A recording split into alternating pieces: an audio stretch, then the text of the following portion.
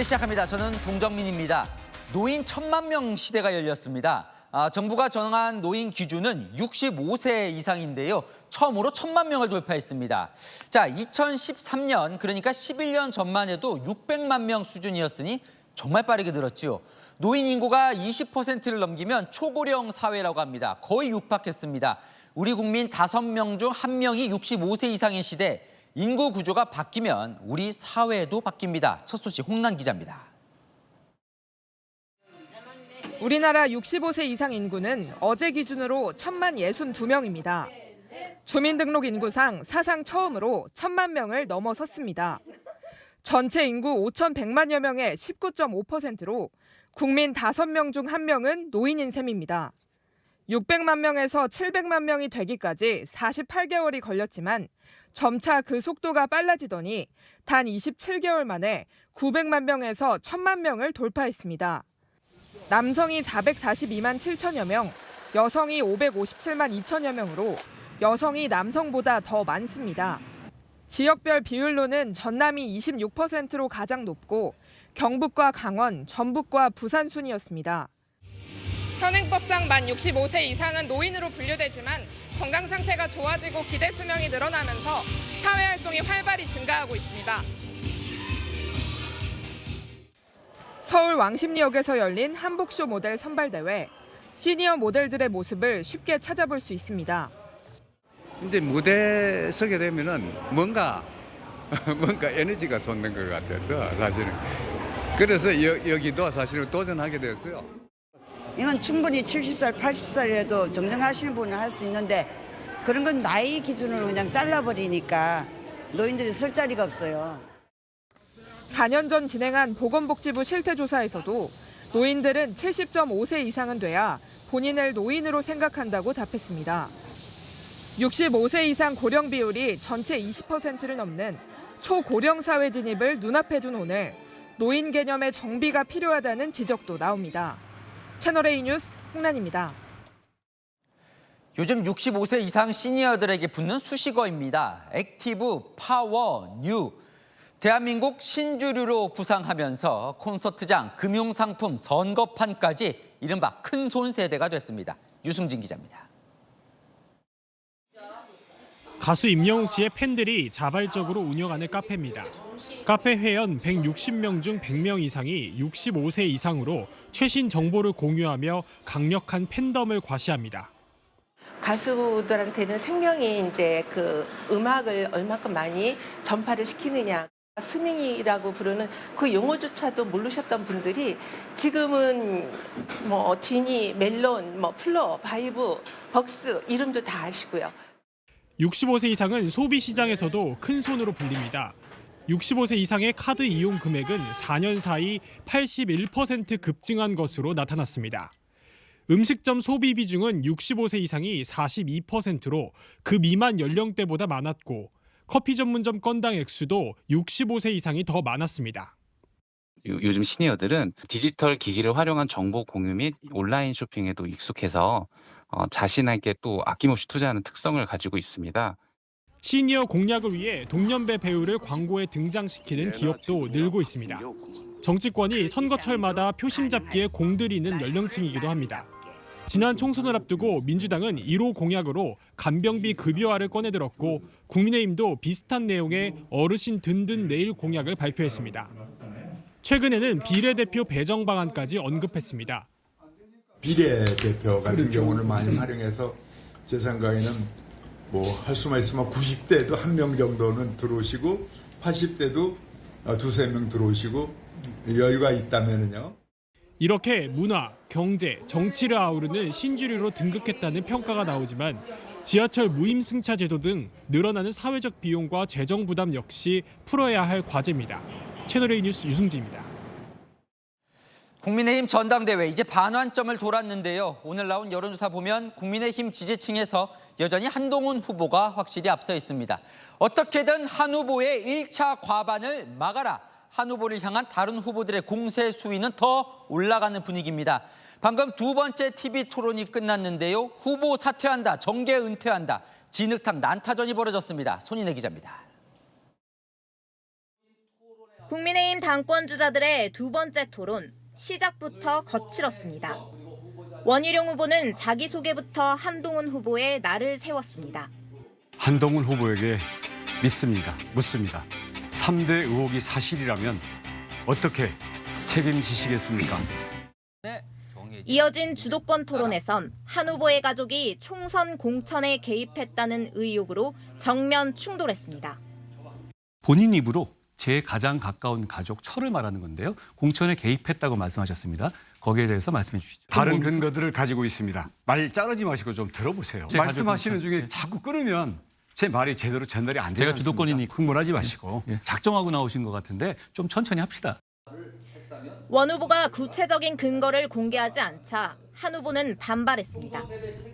오히려 김의겸 씨는 녹음이라도 틀었어요. 저는 원희룡 후보가 김의겸 후보보다 더 못한 것 같아요. 그냥 던져놓고 다음 넘어가고. 이런 식의 구태 정치 정말 그만둬야 한다. 원 후보가 당무 감찰을 받겠느냐고 압박하자 한 후보는 정계 은퇴까지 운운하며 맞섰습니다. 당무 감찰 같이 받으시겠습니까? 지금 얘기하시란 말이에요. 지금 선거 얘기하면 앞두고 그냥 오물을 뿌리시는 전부 거잖아요. 증거 되게 재밌으시네요. 그때 이름도 모르겠습니다만 이 두 명과 제 처가 아는 사이다. 일면식이라도 있다. 제가 정계 은퇴하겠습니다.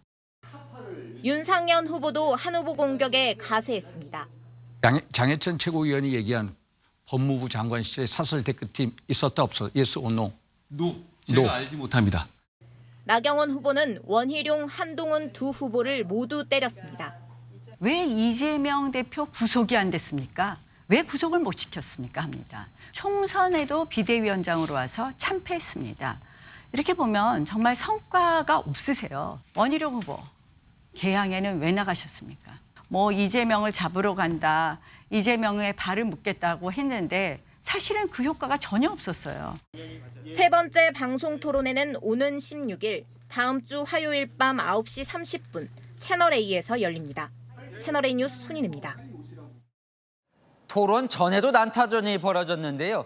이 나경원 후보가 한동훈 후보를 겨냥해 대통령 탄핵에 밑밥을 던지고 있고 대통령을 협박했다고 공세했습니다. 한 후보가 대통령 탄핵을 막는 게 아니라 오히려 부추겼다는 건데 한 후보 측은 탄핵 밑밥을 깐 건 영부인 문자를 공개한 쪽이라고 맞받았습니다. 조민기 기자입니다. 나경원 국민의힘 당대표 후보가 한동훈 후보를 향해 대통령 탄핵에 밑밥을 던지고 있다고 공격했습니다. 지금 몇 가지 말씀하시는 걸 보면 이 대통령 탄핵에 밑밥을 막 던져주고 있어요. 한동훈 위원 후보의 입이 판도라의 상자가 된 것 아닌가 이런 생각. 한 후보가 김건희 여사 문자 논란에 대응할 때 당무 개입, 국정농단 같은 단어를 쓰는 걸 지적하며 박근혜 전 대통령 탄핵 당시 기소검사였던 한 후보가 사실상 대통령을 협박하는 거란 겁니다. 대통령 입장에서는 두 분이서 옛날에 특검 검사할 때 엄청 의논했을 거 아니에요. 어떻게 하면 기소할까. 그때 기소한 내용을 갖고 대통령한테 이런 얘기를 해? 이건 대통령 협박 아닙니까? 원희룡 후보도 가세했습니다. 국민의 힘과 우리 대한민국 자유우파가 큰 위기에 처했습니다. 탄핵의 밑밥을 우리 스스로가 깔아서는 안 됩니다. 한 후보 측은 어불성설이란 반응입니다. 한 후보 러닝메이트인 장동혁 최고위원 후보는 채널A 통화에서 영부인의 사적인 문자를 무모하게 공개한 사람들이 잘못된 것이라며 한 후보가 대응하기 전부터 당무 개입이라는 야권의 공세가 있었다고 반박했습니다. 그러면서 탄핵에 밑밥을 깔았다는 발언이야말로 탄핵에 밑밥을 까는 것이라고 되받아쳤습니다. 채널A 뉴스 조민기입니다. 저희 단독 보도를 이어갑니다. 야권은 임성근 전 해병대 1사단장 구하기 배후에 김건희 여사가 있다고 주장하고 있습니다. 그건 이 도이치모터스 주가 조작 의혹 사건 공범인 이모 씨가 VIP에게 이야기하겠다. 이 녹취 때문인데요. 야권은 이 VIP는 대통령을 뜻한다고 하고 또 다른 언론에서는 김계환 해병대 사령관이라고 해명했는데 이 씨는 저희 채널A와의 통화에서 VIP는 김건희 여사를 뜻한 거라고 답했습니다. 하지만 사실이 아니라 허세였다고요. 구자준 기자의 단독 보도입니다. 임 사단장이 사표를 낸다 그래가지고 전화 왔더라고. 그래가지고 내가 절대 사표 내지 마라. 내가 VIP한테 얘기를 하겠다. 임성근 전 해병대 1사단장의 구명 로비 의혹에 불을 붙인 통화 녹취록에서 도이치모터스 주가 조작 사건 공범 이모 씨는 VIP를 언급합니다. 야당은 VIP는 윤석열 대통령을 의미하는 것이라고 공격해왔습니다. 한 언론은 이 씨가 VIP는 김계환 해병대 사령관을 의미한다고 했다고 보도했지만 이 씨는 부인했습니다. 이 씨는 채널A에 통화에서 언급한 VIP는 김건희 여사를 뜻한 것이라며 다만 허풍 과시였을 뿐이라고 말했습니다. 또 도이치모터스 사건으로 너무 고생을 해서 그 사람들 얘기만 나와도 싫다며 김 여사의 연락처도 모른다고 선을 그었습니다. 앞서 국회 법사위는 이 씨를 대통령 탄핵 국민청원 청문회에 2차례 증인으로 채택한 상황입니다. 이 씨는 청문회 참석 여부에 대해 고민하고 있다며 해명을 해도 막 부풀려지니 어떤 방식이든 해야 되겠다고 참석 가능성을 열어뒀습니다. 민주당은 김 여사도 증인으로 채택하고 출석을 요구하고 있습니다. 채널A 뉴스 구자준입니다. 김건희 여사 명품백 수수 의혹, 이 쇼핑백을 뜬 또 다른 청탁자가 있었다. 이런 최재형 목사의 주장을 반박하면서 김건희 여사 측이 명품백 그 수수 현장에 대통령실 행정관이 들었던 에코백을 검찰에 냈다. 저희 단독 보도였는데요. 오늘 김 여사 측이 그 검찰에 제출한 에코백 사진을 공개했습니다. 이세아 기자입니다. 지난 2022년 9월 13일 김건희 여사에게 명품백을 건넨 최재형 목사는 이날 자신 말고 또 다른 청탁자가 있었다고 주장해왔습니다. 몰래 촬영한 영상을 공개하고 면세점 쇼핑백을 든 사람을 청탁자로 지목했습니다. 김건희 여사 측은 영상 속 인물은 민원 청탁자가 아닌 보고를 기다리던 대통령실 조모 행정관이라고 반박했습니다. 조 행정관이 들고 있던 에코백을 검찰에 제출했고 오늘 그 사진을 공개했는데 모양이나 겉에 적힌 글자 등이 최 목사의 영상 속 가방과 유사해 보입니다. 김 여사 측은 영상 촬영 사흘 전인 9월 10일 조 행정관과 유모 행정관의 메신저 대화 기록도 공개했습니다. 원래 9월 12일 월요일에 보고하려다가 김 여사 일정 관계로 하루 미뤄야 할 수도 있다고 말하는 대목이 포함됐습니다. 갑작스러운 순방 일정이 잡혀서 보고 일정이 하루가 미뤄진 거고 그래서 2022년 9월 13일 화요일 날 영부인에게 보고를 하게 된 것입니다. 김 여사 측은 에코백에 들어있던 보고서와 작성 날짜 정보도 검찰에 제출했다고 밝혔습니다. 채널A는 최 목사에게 입장을 요청했지만 최 목사는 답변을 거부했습니다. 채널A 뉴스 이세아입니다. 지금 미국 워싱턴에는 전 세계 32개국 정상이 모여 있습니다. 북대서양 조약기구 이 나토 정상회의 참석차인데요. 윤석열 대통령도 가 있죠. 나토가 처음으로 공동선언에서 북한과 중국의 러시아 지원을 강력 규탄했습니다. 먼저 미국 워싱턴 가보겠습니다. 자, 최주영 워싱턴 특파원, 나토 정상들이 딱 북한을 공개적으로 거론했다고요? 네, 나토 정상들은 러북 간 군사협력을 가장 우려했습니다. 러시아가 이 북한으로부터 무기를 지원받는 것이 국제 비확산 체제를 훼손하는 것이라며 한몸으로 한입을 모아 또 규탄했습니다.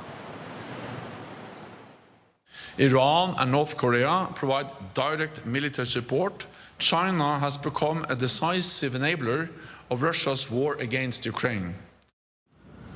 32개국 나토 정상들은 현지 시각 어제 미국 워싱턴에서 열린 회의에서 북한과 중국, 이란이 탄약과 드론 등 러시아를 군사 지원하는 것이 심각한 안보 위협이라고 공동 성명을 발표했습니다.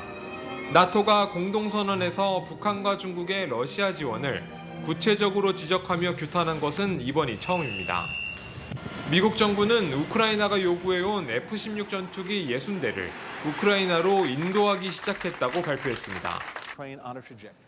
최 특파원, 한일 정상회담도 열렸어요. 그 소식도 전해주시죠. 네, 한일 정상이 45일 만에 다시 마주 앉게 된 것인데요. 두 정상 모두 나토 정상회의에 초청을 받게 돼서 참석하게 된 것입니다. 두 정상은 이 자리에서 러시아와 북한의 밀착을 우려하며 한미일 전통협력의 필요성을 강조했습니다. 윤 대통령은 오늘 캐나다, 네덜란드, 스웨덴, 체코, 핀란드 등 7개국 정상과 잇따라 양자회담을 가졌습니다. 나토 회원국들은 모두 러북 군사협력에 단호히 대처하기로 했다고 김태효 국가안보실 1차장이 말했습니다. 윤 대통령은 바이든 미대통령 부부가 주최하는 나토 정상회의 친교 만찬에도 참석했습니다. 이 자리에서 젤렌스키 우크라이나 대통령 부부와 인사도 했는데요. 순방 전 우크라이나 무기 지원 가능성을 열어둔 터라 내용에 관심이 쏠립니다. 대통령실은 이번 순방 기간 한미 정상회담 가능성도 열어두고 있습니다. 지금까지 워싱턴에서 채널A 뉴스 최주현입니다. 네, 여랑야랑 성혜랑 기자 나와 있습니다. 첫 번째 주제 보겠습니다.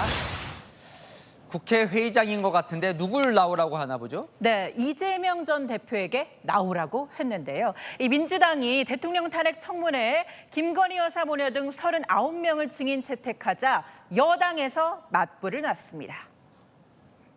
민주당의 수사검사 탄핵 관련 청문회에도 이재명 전 대표를 정인으로 불러야 마땅할 것입니다. 정청래 법사위원장에게 그럴 용기가 있는지 궁금합니다.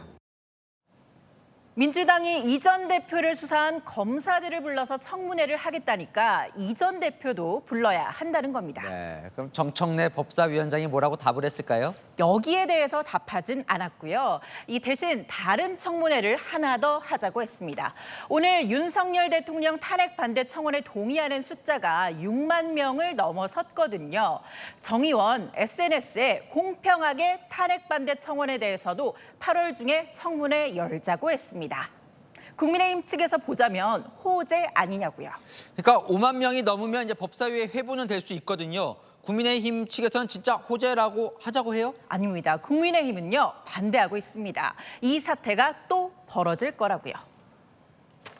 회장님, 그 안건 상태에 문제가 있어요. 자, 바로 걸어주세요.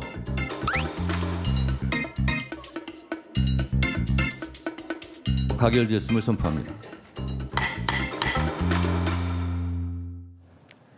여당은 탄핵 찬성이든 반대든 국민청원에 대한 청문회를 열 법적 근거가 없다는 입장입니다. 야당이 공평하게 열자는 건 위법성을 감추기 위한 속임수라고요. 그렇군요. 네, 다음 주제 보겠습니다.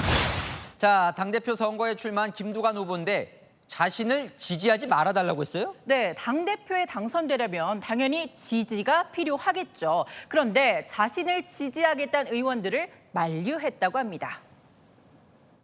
어떤 국회의원들은 지지하겠다고 하는데 그냥 지지하지 말라고 했습니다. 염려가 충분히 되지 않습니까? 지금 강성당원들이. 그러고도 남죠.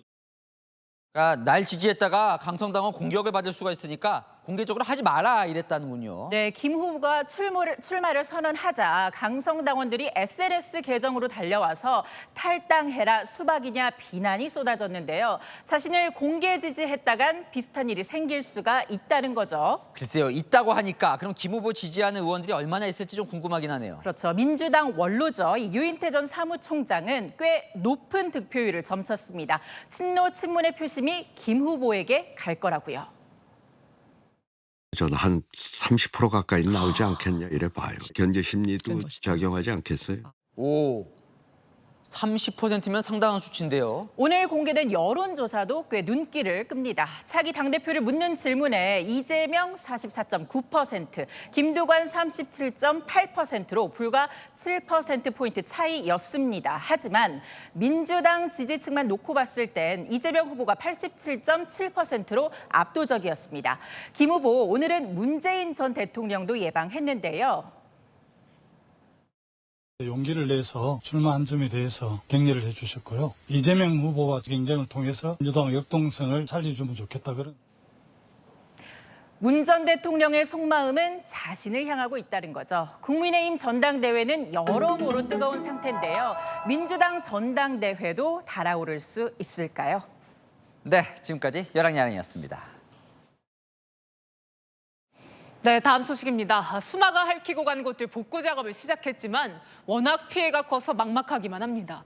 전북 완주 운주면은 마을 전체가 마비됐는데요. 파출소, 우체국, 보건소까지 물에 잠겼습니다. 공국진 기자가 다녀왔습니다. 집 마당이 뻘밭으로 변했습니다. 싱크대와 냉장고가 쓰러져 있고 침대부터 가구까지 온통 진흙 범벅입니다. 방문엔 물이 찬 흔적이 고스란히 남아있는데요. 성한 물건을 찾을 수 없을 정도로 쑥대밭이 됐습니다.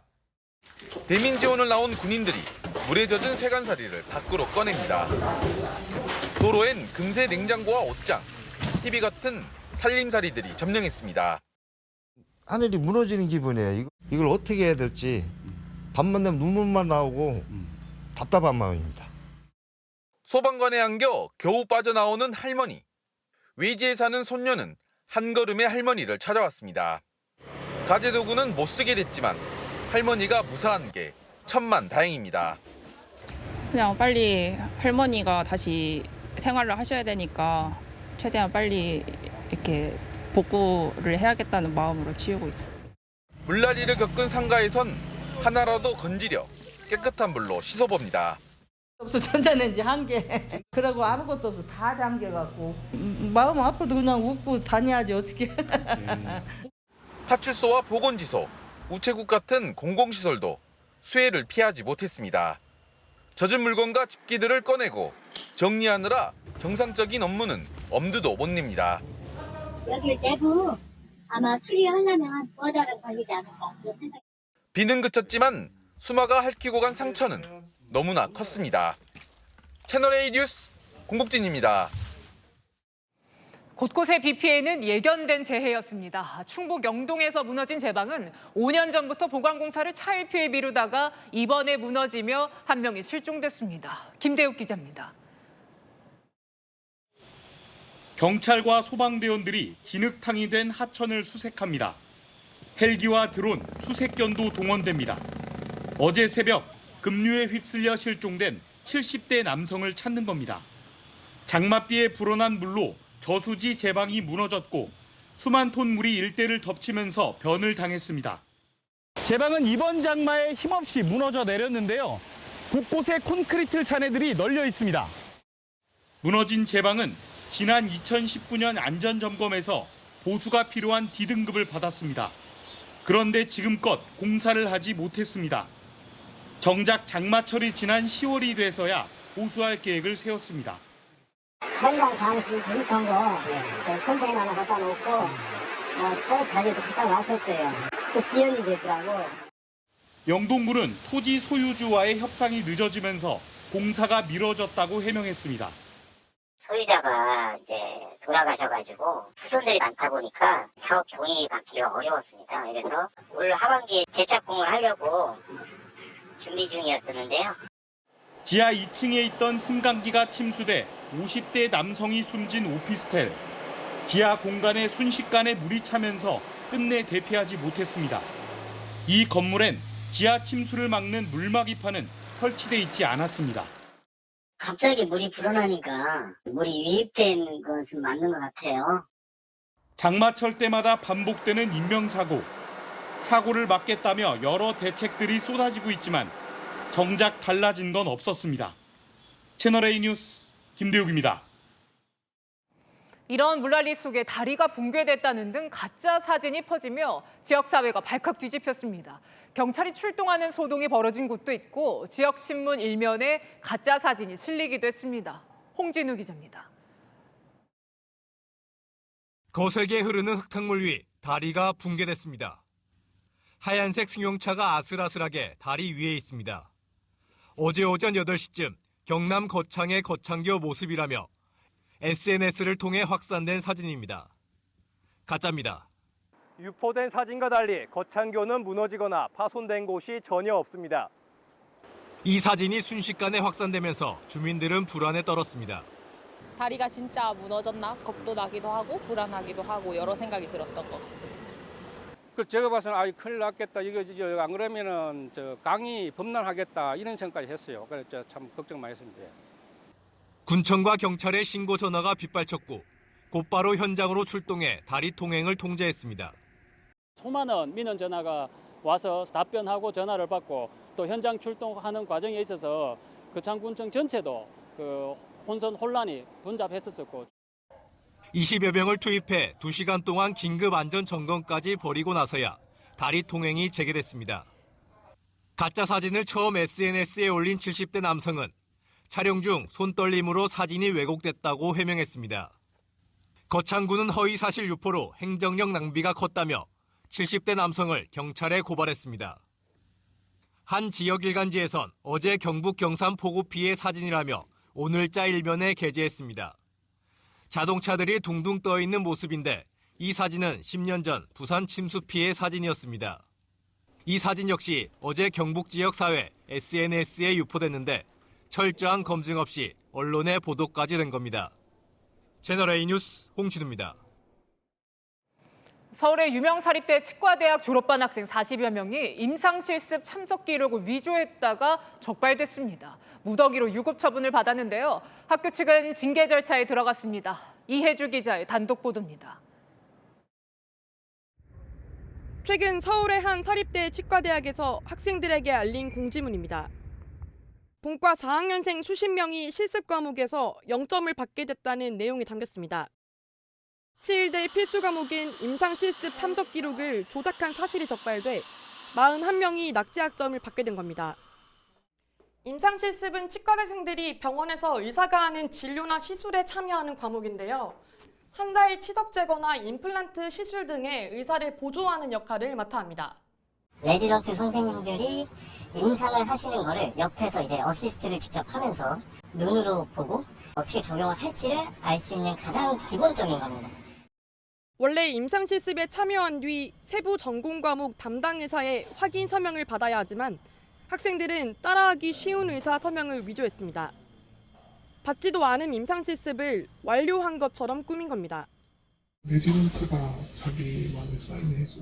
일을 하면은 그 사인을 받고 그 성적이 되는 건데 이번에 그 사인을 위조해가지고 문제. 대학 측은 임상실습 담당 의사가 자신이 한 적 없는 서명을 발견했다는 신고를 받고 조사를 벌여왔습니다. 낙제점을 받은 학생들은 자동으로 유급 처리돼 오는 9월 의사 국가고시에도 응시할 수 없습니다. 학교 측은 위조 횟수가 많거나 조작을 주도한 학생 등을 상대로 내부 징계 절차를 밟고 있다고 밝혔습니다. 채널A 뉴스 이혜주입니다. 1000만 구독자를 가진 먹방 유튜버 찌양이 전 남자친구인 소속사 대표에게 4년 동안 폭행과 협박을 당했다고 주장했습니다. 최소 40억 원을 뜯겼다고도 했는데요. 권경문 기자입니다. 먹방 유튜버 찌양. 설문조사에서 국민이 좋아하는 유튜버 1위에 오를 정도로 인기 유튜버입니다. 오늘 새벽 인터넷 방송에서 전 소속사 대표에게 지속적으로 폭력과 협박을 당했다고 주장했습니다. 소속사 대표는 전 남자친구인데 4년간 방송 수익 정산금 최소 40억 원을 뜯겼다고도 했습니다. 원치 않는데도 술집에 나가 일해야 했다며 거절할 수 없었던 건 폭행과 협박 때문이었다고 했습니다. 헤어지자고 하니까 이제 제 몰래 찍은 동영상이 있더라고요. 그거를 이제 유포하겠다고 이제 헤어지지 못하게 협박을 했었고. 쯔양의 과거 방송 화면에는 팔에 멍이 보이거나 밴드를 붙인 모습이 여럿 발견됐습니다. 소속사와의 수익 배분 계약도 일방적이었다고 주장합니다. 모든 수익의 7%는 그쪽이고 3%는 저다 이렇게 해서 그 계약서도 썼고. 쯔양이 고소한 소속사 전 대표가 사망한 뒤에도 고통은 계속됐습니다. 최근 한 유튜브 방송은 다른 유튜버들이 과거 이력 등을 발설하지 않는 대가로 쯔양에게 수억 원을 요구한 정황이 있다고 폭로했습니다. 협박을 당해서 제 돈을 준 적이 있습니다. 그래서 한 2억 넘는 돈을 돈 것 같아요. 쯔양 측은 이들 유튜버들을 상대로 법적 대응을 할 계획은 없다고 밝혔지만 서울중앙지검은 이들 유튜버를 공갈 혐의로 고발한 사건이 접수돼 수사팀에 배당했다고 밝혔습니다. 채널A 뉴스 권경문입니다. 무면허 운전을 하며 잇따라 차량을 들이받은 남성. 현장이 어수선한 틈을 타 수풀로 도망쳤는데요. 이 도주국은 15시간 만에 끝났습니다. 뺑소니 범의 얼굴을 기억하고 있던 목격자가 사고 다음 날 출근길에 우연히 발견한 겁니다. 강경모 기자입니다. 한적한 상간도로. 갑자기 반대편 차선에서 검은색 승용차가 나타나 잇따라 차량을 들이받습니다. 속도 한 80에서 100 정도 그냥 커브길에서 쭉 와갖고 앞에 차를 쳐버리더라고요. 차량에선 연기가 나고 피해 운전자는 절뚝거리며 차 밖으로 나옵니다. 그러는 사이 사고를 낸 검은색 승용차가 달아납니다. 도주한 승용차는 얼마 못 가 또다시 마주오던 버스를 들이받았습니다. 결국 멈춰선 검은색 승용차에서 내린 운전자는 사고로 어수선한 틈을 타 인근 숲을 속으로 사라졌습니다. 뺑소니 운전자의 도주극은 사고 당시 한 목격자의 눈썰미 덕분에 15시간 만에 막을 내렸습니다. 다음 날 아침 출근하던 목격자가 사고 현장에서 13km 떨어진 공원에서 뺑소니 운전자를 발견한 겁니다. 옆에서 담배 피는 거 보고 제가 얼굴을 기억해 놨었거든요. 어제 복장이랑 똑같아가지고. 곧바로 경찰에 신고했고 뺑소니 운전자는 검거됐습니다. 음주 측정 결과 혈중 알코올 농도는 0%, 마약 간이 검사에서도 음성이었습니다. 사고 자체에 대한 기억이 없고 물을 떠버리 풀숲이었다. 현재는 이런 진술이에요. 뺑소니 운전자인 40대 남성은 무면허로 지인 차를 몰다 사고를 낸 것으로 확인됐습니다. 경찰은 체열 등 정밀 검사를 실시할 예정입니다. 채널A 뉴스 강경모입니다. 네, 서울 강남 번화가에서 차량 넉 대가 연관된 추돌 사고가 났습니다. 경찰이 조사해보니 뒤쪽에 있던 차량 2대의 운전자, 술자리를 함께한 친구들이었습니다. 김채인 기자가 취재했습니다. 늦은 밤 서울 강남의 왕복 6차선 도로. 1차로에서 수입 승용차가 신호를 기다리고 있던 택시와 승용차를 잇따라 추돌합니다. 그런데 이 차량에서 내린 20대 운전자는 자신이 들이받은 앞차들이 아니라 뒤쪽으로 걸어갑니다. 그리고는 뒷차 운전자와 한참 동안 대화를 나눕니다. 뒷차 운전자가 앞차 운전자의 허리에 손을 얹는 모습도 보입니다. 이들의 대화는 경찰 순찰차가 도착할 때까지 계속됩니다. 앞차와 뒷차 운전자는 친구 사이였는데 뒷차 운전자가 앞차를 들이받으면서 그 여파로 연쇄 추돌이 발생한 겁니다. 사고가 난 현장입니다. 경찰의 음주 측정 결과 사고를 낸 운전자의 혈중 알코올 농도는 면허 정지 수준이었습니다. 경찰은 친구가 몰던 앞차를 들이받은 운전자를 음주운전 혐의로 입건했습니다. 앞차를 몰던 운전자도 술을 마시고 운전대를 잡은 사실이 드러났습니다. 다만 음주 측정 결과 혈중 알코올 농도가 0.03% 미만이라 훈방 조치했습니다. 채널A 뉴스 김세인입니다. 바이든 미대통령의 오랜 친구들마저 이제 후보 사퇴를 압박하고 있습니다. 오랜 정치 동지인 펠로시 전 하원 의장과 믿었던 큰손 후원자 영화배우 조지 클루니까지 흔들리면서 사퇴로는 더 힘을 받고 있습니다. 정다은 기자입니다. 30년 넘게 조 바이든 미국 대통령과 정치적 동지로 활동했던 민주당 소속 낸시 펠로시 전 하원 의장. 우군인 펠로시가 바이든 대통령의 대선 완주 의지에 우려를 나타내는 듯한 발언을 했습니다. It's up to the president to decide if he is going to run. We're all encouraging him to make that decision because time is running short. 미 주요 언론들은 사실상 대선 레이스에 남겠다는 바이든에게 결정을 재고하라는 메시지라고 보도했습니다. 이에 대해 펠로시 전 의장 측은 출마 재고를 촉구한 건 아니라며 뒤늦게 수위 조절에 나섰지만 바이든 대통령에 대한 후보 사퇴 압박은 끊이지 않고 있습니다. 오랜 후원자로 알려진 영화배우 조지 클루니도 바이든을 사랑하지만 새로운 후보가 필요하다는 제목의 뉴욕타임스 기고를 통해 우리는 이 대통령으로는 대선에서 이기지 못한다며 공개적으로 후보 사퇴를 요구했습니다. 이런 위기로는 바이든 대통령이 주최하는 나토 정상회의에서도 감지됐습니다. 외신은 정상회의 참석차 워싱턴을 찾은 유럽 대표단이 트럼프의 측근들을 만나고 있다면서 이는 바이든 대통령의 사퇴론 때문이라고 분석했습니다. 미 상원에서도 처음으로 후보 교체론이 제기된 가운데 현지 시각 오늘 바이든 대통령은 기자회견을 열고 승부수를 띄울 것으로 보입니다. 채널A 뉴스 정다은입니다. 미국뿐 아니라 세계 최대 규모의 경찰 조직이죠. 뉴욕 경찰국의 첫 번째 한인 경무관이 탄생했습니다. 부산에서 대학을 졸업한 후에 미국으로 건너간 이 이민자 여성이 뉴욕 시내 8개 경찰서를 관할하게 됐는데요. 유리천장을 뚫은 허정윤 경무관을 뉴욕 조아라 특파원이 현지에서 만났습니다. Deputy Chief Chung Yoon-ho.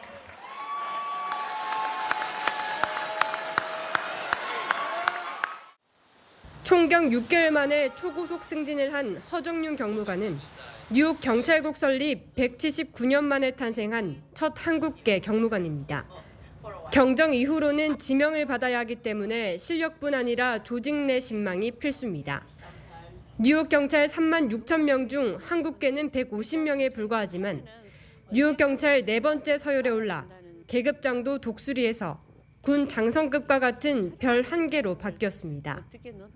이게 꿈인가 현실인가 그렇게 생각이 들었어요. 돌아가신 아버님 생각하고 우리 대한민국을 위해서 내가 지금 뭐 하나를 해냈구나 싶은 그런 생각이 들었어요. 부산에서 대학 졸업 후 1986년 미국으로 건너간 허 경무관은 12년 뒤 첫 한인 뉴욕 경찰이 된 이후로도 계속 최초 한인 타이틀을 세웠습니다.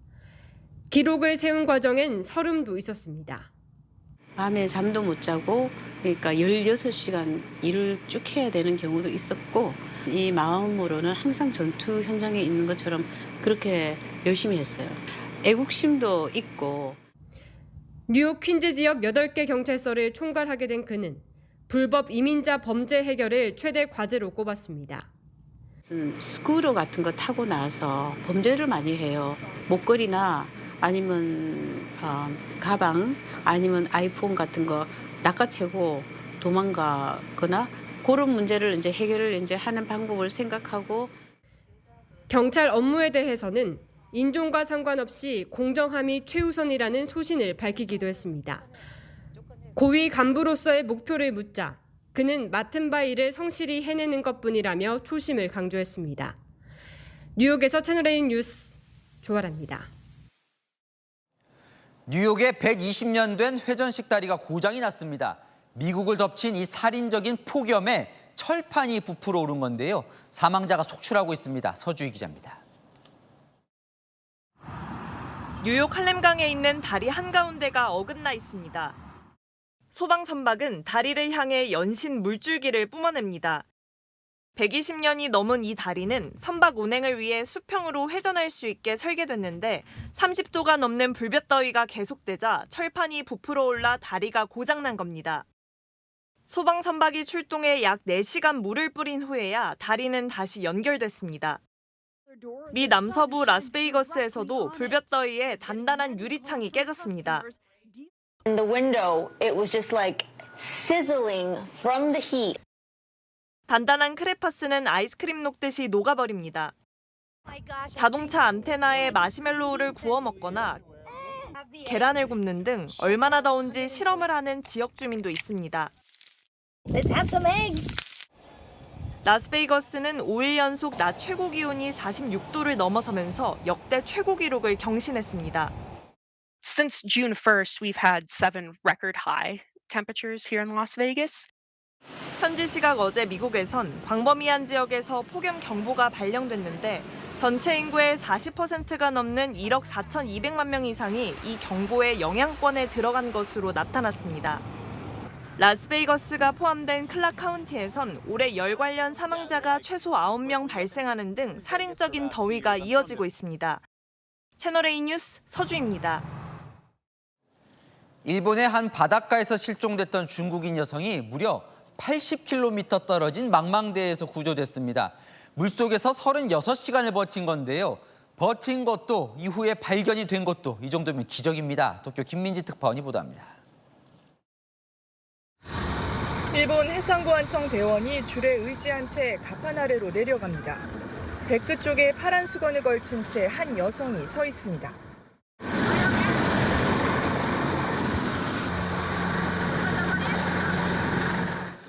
(20대) 중국인 여성이 무려 36시간 만에 바다에서 구조되는 순간입니다. 이 여성은 사흘 전인 8일 오후 7시 반쯤 시즈오카현 시모다시의 한 해수욕장에서 튜브를 낀 채 수영을 하다 파도에 휩쓸려 실종됐습니다. 그로부터 이틀 뒤인 어제 오전 아침 실종 장소로부터 80km나 떨어진 지바현 미나미보소시 인근 해상에서 지나가던 화물선 선원에 의해 발견된 겁니다. 일본 해상보안청에 따르면 여성은 약간의 탈수증은 있었지만 건강에 문제가 없고 헬기로 이송됐을 땐 무사하다며 손을 흔들기도 했습니다. 일본 언론들은 생존할 수 있는 조건들이 맞아 기적적으로 살 수 있었다고 보도했습니다. 海の水温はだいたい25度ぐらいだったんです。それからあと浮き輪を持ってたから呼吸ができたこと。たまたま、80キロ流された先が船がねたくさん通るところだったんですよね。 수상구조 전문가들은 여름철 저녁엔 육지에서 바다로 바람이 불 경우 바다 쪽으로 떠밀려갈 수도 있다며 해수욕 시 주의할 것을 당부했습니다. 도쿄에서 채널A 뉴스 김민지입니다. 최근 중국의 북한 접경지에 다녀왔다는 유튜버들 영상이 많습니다. 북한 식당 같은 민감한 곳에 몰래 들어가서 촬영도 하는데요. 높은 조회수를 노린 거지만 위험을 자초하는 일입니다. 송진섭 기자입니다. 두만강 너머로 형형색색의 아파트들이 보입니다. 일부 건물에는 김일성과 김정일의 대형 사진도 걸려 있습니다. 얼마나 가까운지 자전거를 타는 북한 주민의 모습이 선명하게 보입니다. 한 3, 40m 될 것 같은데. 온라인 방송인들이 북중 접경 지역을 방문해 직접 촬영한 영상입니다. 문제는 인기와 흥미를 위해 보안상 문제가 될 수 있는 장소 출입도 서슴지 않는다는 겁니다. 한국인 출입이 허용되지 않는 접경지 인근 북한 식당에 몰래 들어가 음식을 평가하고 공연 장면까지 촬영하는 경우도 적지 않습니다. 조선족으로 가장에 입장했다가 발각되기도 합니다.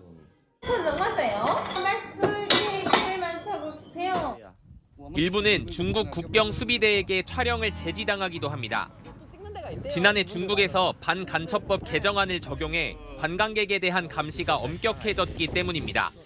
외국 분들은 이곳에 오면 다 조사를 받아야 돼요. 그러니 한국말 적당히 하시기 나을 것 같아요. 전문가들은 북중 접경 지역은 재미로 방문할 수 없는 위험한 지역이라며 주의를 당부했습니다. 중국이라든지 북한이라든지 상당히 민감하게 반응을 하고 있기 때문에 남북관계라든지 또는 한반도 평화 안정이라든지 기타 이런 부분에 대해서 부정적으로 영향을 미치지 않을까. 통일부도 북중 접경 지역 방문 영상들에 대해 제작 과정과 유통의 불법 등 문제 소지가 없는지 살펴보겠다고 밝혔습니다. 채널A 뉴스 송진섭입니다. 얼마 전 북한이 무인기를 띄워 서울 인근까지 내려보낸 적 있죠. 당시 속수무책이었는데 우리 군이 그런 무인기도 격추할 수 있는 레이저 무기를 개발했습니다. 순식간에 드론 격추하는 영상 직접 보시죠. 김용선 기자입니다. 바닷가에 서 있는 녹색 대형 장비, 렌즈가 달린 원통형 장치입니다. 근처로 하얀색 드론이 날아오는데 순식간에 불이 붙더니 그대로 추락합니다. 육안으로 보이지 않는 레이저로 열을 가해 드론을 격추한 겁니다. 극저외선 카메라로 보니 마치 광선검 같은 레이저가 나가 섬광을 일으키며 드론을 폭파시킵니다. 이 무기는 우리 군이 오늘 양산에 착수하기로 결정한 레이저 대공 무기입니다. 10에서 20초 정도 레이저를 쏘면 열을 700도까지 높일 수 있어 드론을 태우는 원리입니다. 한 번 발사에 드는 비용도 약 2,000원으로 매우 싼 편입니다. 향후 출력을 높이면 드론뿐 아니라 미사일도 격추시킬 수 있는 무기체계로 발전시킬 수 있습니다. 눈에 보이지 않고 소음도 없을 뿐만 아니라 별도로 탄약이 필요하지 않기 때문에 대응이 굉장히 효과적이고 효율적으로 이루어질 수 있습니다. 레이저 대공 무기는 올해 안에 우리 군에 인도돼 실전 배치될 예정입니다. 채널A 뉴스 김용성입니다. 네, 삼성전자가 인공지능을 탑재한 신제품들을 공개했습니다. 전 세계 화제를 모은 갤럭시 링은 손가락만 맞대면 사진이 찍힙니다. 무선 이어폰으로 실시간 동시 통역도 가능한데요. 임종민 기자입니다. 검정색 반지를 낀 채 손가락을 맞대자 사진이 찍힙니다. 반지 안쪽에 탑재된 3개의 센서를 통해 스마트폰의 카메라 촬영을 가능케 하는 겁니다. 삼성전자가 공개한 이 갤럭시 링은 생체 정보를 통해 잠을 자는 동안에도 심박수 등 건강 상태를 확인할 수 있습니다. Designed to be worn 24/7 so that you can track your health throughout the day and the night. 최대 3g의 가벼운 무게에 한 번 충전하면 일주일 정도 사용할 수 있습니다. 이번에 공개된 폴더블 폰 2종에는 최초로 AI 기능이 도입됐습니다. 제 사진입니다. 실제로는 빈손인데요. 노란색 음료가 담긴 컵을 그렸더니 AI를 통해 실제처럼 구현된 겁니다. 해외 어디서든 해당 언어를 하지 못해도 문제 없어집니다. Hola, ¿en qué puedo ayudarle? 안녕하세요. 무엇을 도와드릴까요? 체크인을 하려고 합니다. Me gustaría hacer el check-in. 폴더블 폰의 특성을 살려 두 화면에 나눠 실시간 동시 통역 기능이 됩니다. 무선 이어폰만 끼고 있어도 실시간 번역이 가능해졌습니다. 영어로 말하는 발표자의 말이 이어폰을 넘어 한국어로 번역돼 들립니다. Innovation is empowering. 주변 음을 AI가 번역해주는 방식입니다. 이번 삼성전자가 공개한 AI 탑재 스마트 기기들은 내일부터 사전 판매가 시작됩니다. 국내 정식 출시는 24일로 예정됐습니다. 채널A 뉴스 임종민입니다. 지역 특산물을 활용한 먹거리가 유행입니다. 소비자의 입맛은 물론 이색 경험까지 두 마리 토끼를 다 잡았기 때문인데요. 진주 고추가 들어간 버거, 완도 다시마를 넣은 소주. 어떤 맛일까요? 이준성 기자입니다. 프랜차이즈 버거 가게에 매콤한 향이 가득합니다. 경남 진주 특산물이 들어간 한정판 고추버거 때문입니다. 오늘 출시했는데 벌써부터 찾는 사람이 많습니다. 국산이라서 좀 더 많이 믿음직스럽고 농민들도 많이 좀 같이 더불어 상생하는 느낌이 들어가지고 괜찮다고 생각하고 있어요. 또 다른 버거집에는 서울 망원시장의 명물 고추튀김을 선보였습니다. 고추튀김을 판다는 게 좀 재미도 있고 먹어봤는데 맛도 있고요. 식품 유통업계에선 지역 특산물을 활용한 로코노미 제품이 유행인데요. 경남 진주 고추가 들어간 버거를 직접 한번 먹어보겠습니다. 고추의 매운맛이 느끼함을 잡아줘 한국의 맛을 살렸습니다. 캡사이신 함량이 높아 맵고 아삭한 진주고추. 서서히 매운맛이 올라오는 할라피뇨와 달리 매운맛이 오래가지 않는 게 특징입니다. 앞서 진도 대파와 창녕 마늘을 활용한 버거도 입소문을 타면서 누적 판매량은 2천만 개에 달합니다.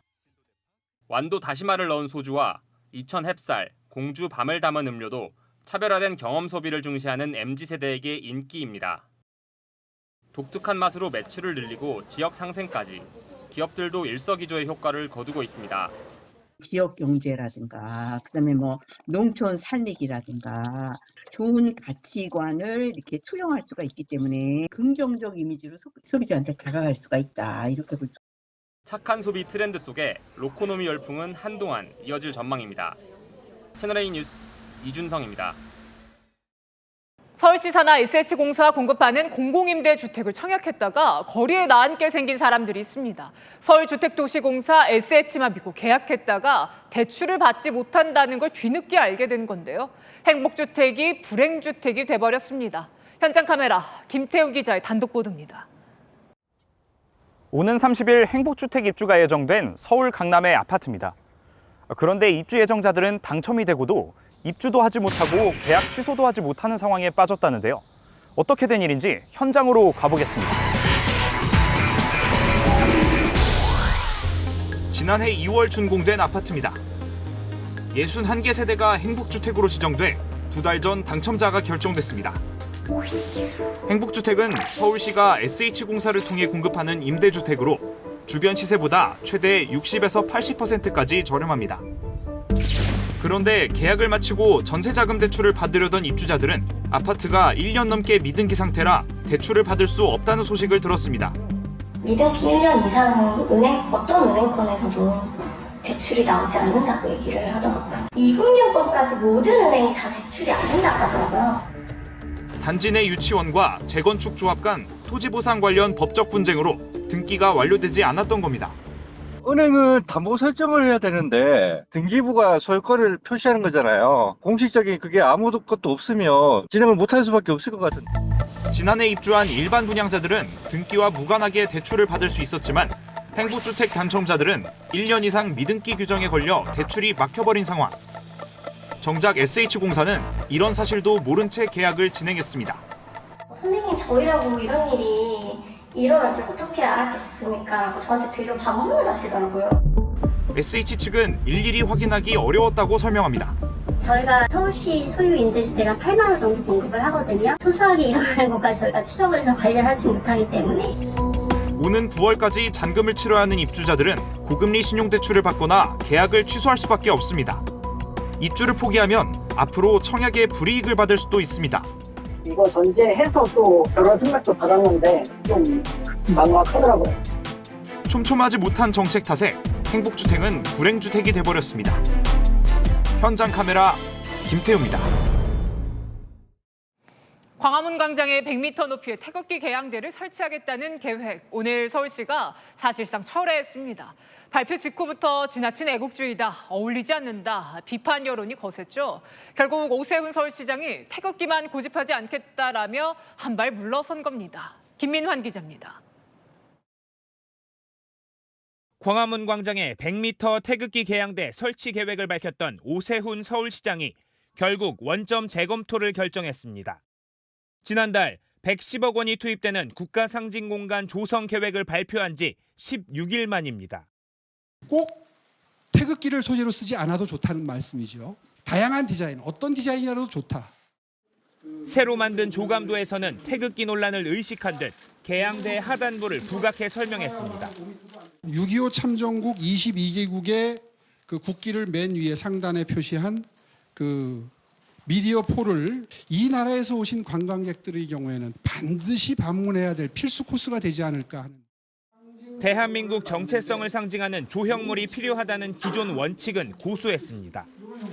태극기뿐만 아니라 무궁화 같은 국화나 국세 등 국가 상징 5가지를 소재로 삼는 방안도 예시로 들었습니다. 태극기 개양대 설치가 시대착오적이라는 지적을 의식한 겁니다. 주변 조형물들과 어울리지 않는데 왜 있지? 라는 생각이 든다면 그건 사실 실패한 정책이라고. 산도 가릴 거고 또 그 높은 그거 철 때문에 뭔가 이제 삐죽한 게 계속 보일 거 아니에요. 서울시는 다음 달 시민과 전문가들의 의견 수렴 절차를 거칠 계획입니다. 다만 의견 수렴 결과를 정책에 얼마나 반영할지에 대해선 퍼센티지를 구체적으로 밝히긴 어렵다고 전했습니다. 서울시는 오는 11월까지 설계 공모를 진행해 조형물 크기와 형태 등을 확정할 방침입니다. 채널A 뉴스 김민환입니다. 지하철 9호선에 의자 없는 칸을 도입하는 걸 검토 중인데요. 지옥철로 불리는 김포 골드라인에서는 혼잡도를 낮추는 데는 실효성이 없는 걸로 판단한 걸로 파악됐습니다. 강태현 기자의 단독 보도입니다. 출근길 4호선 지하철입니다. 승객들이 꽉 들어차 몸을 움직이기도 힘듭니다. 이 열차는 출퇴근길 혼잡도를 줄이기 위해 지난 1월부터 의자 없는 칸으로 시범 운행되고 있습니다. 열차에 직접 타봤습니다. 의자가 없어진 공간에 승객이 더 탑승해 의자가 있는 칸과 혼잡도가 크게 다르지 않습니다. 서울시는 4, 7호선에 이어 9호선에도 의자 없는 칸 도입을 검토하고 있습니다. 9호선 열차 6칸 중 2칸에 의자 대신 서서 기댈 수 있는 등받이와 손잡이를 설치하는 방식입니다. 출퇴근할 때 앉아가는 게 편한데 의자를 없앤다고 하면은 좀 그런 피로도가 더 쌓이지 않을까. 이렇게 더 많이 타게 되면 내릴 때 좀 더 문제가 생길 수도 있을 것 같고. 서울교통공사는 출근 시간 의자 없는 칸 혼잡도가 12%포인트 낮아졌다고 추정했습니다. 실효성에 의문이 제기되는 가운데 전국 최대 혼잡률을 보이는 김포 골드라인은 2021년과 지난해 2차례나 이 방안을 검토했다 철회한 것으로 파악됐습니다. 김포시 관계자는 골드라인은 다른 지하철에 비해 열차 폭이 좁아 의자를 없애는 방식은 효과가 미미하다고 판단했다고 설명했습니다. 장기적으로는 증차와 증량이 지옥철 해소의 근본 대책이라는 지적이 나옵니다. 채널A 뉴스 강태현입니다. 저는 없다, 대한민국 축구밖에 없다라는 홍명보 감독. 어제 팬들의 야유 속에 마지막 홈경기를 했고 오늘 울산 HD와 계약을 해지했습니다. 이제 자신의 결정을 증명하는 일만 남은 거죠. 김태욱 기자입니다. 홍명보 감독과 울산의 동행이 오늘로 끝났습니다. 울산 HD는 홍명보 감독과 상호 계약을 해지하고 이경수 수석 코치를 감독 대행으로 선임했다고 밝혔습니다. 홍명보 감독은 당초 이번 주말 FC 서울 경기까지는 팀을 이끌 생각이었지만 어제 팬들의 거센 반발을 보고 이별을 앞당겼습니다. 홈구장 관중석엔 거짓말쟁이 런명보, 피노키옹 등 비난 현수막이 내걸렸고 거센 야유와 분노의 목소리가 터져나왔습니다.